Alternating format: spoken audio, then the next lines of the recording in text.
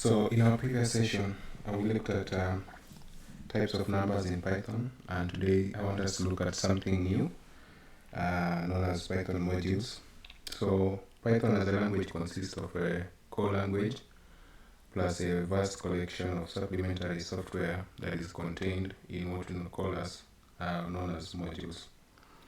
So many of these modules come with the standard Python distribution like Anaconda, and it also has got some added functionality for performing on your computer tasks, different tasks that depending on what you're doing. Some of them are more specialized and have got advanced capabilities that you may not even be using in most cases, but there are some common ones that you are likely to use, and one of them is known as NumPy or simply numpy. So if I can type numpy, so that's an example. And so what does numpy do? So numpy is a standard Python package that is for scientific computing, and it provides an all-important array data structure, which is at the very heart of Python programming. It also provides tools for creating and manipulating arrays, including indexing and sorting. Don't worry about this, I will discuss about it in our next sessions. It also has got, it allows you to do basic logical operations element by element. And when I say element by element, an array structure will be something like, let me just type an example, 2, 3.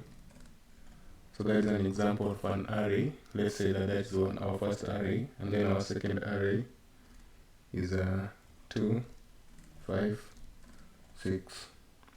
So by element by element operation, I mean, you can basically multiply. So let's take a simple example where you are just multiplying this array with 2.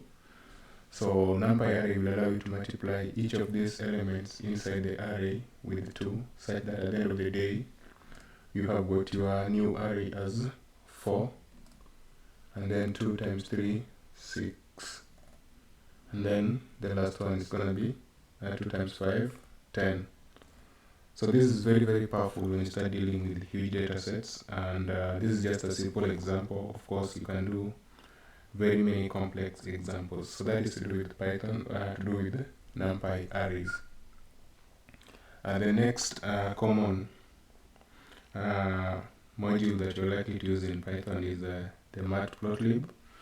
Matplotlib allows you to do basic plotting and visualization of 2D and 3D plots, and we will take an example of that.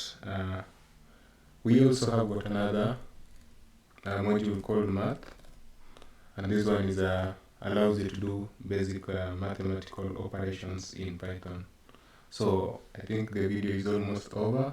The next section we're gonna start looking at simple examples of using functions within these modules, and they really make it easy for you to do a lot of complex operations in Python, and we'll start with the simple ones and then build up from there. So if you like the video, give it a thumbs up, and also don't forget to subscribe so that you get notifications for the next video.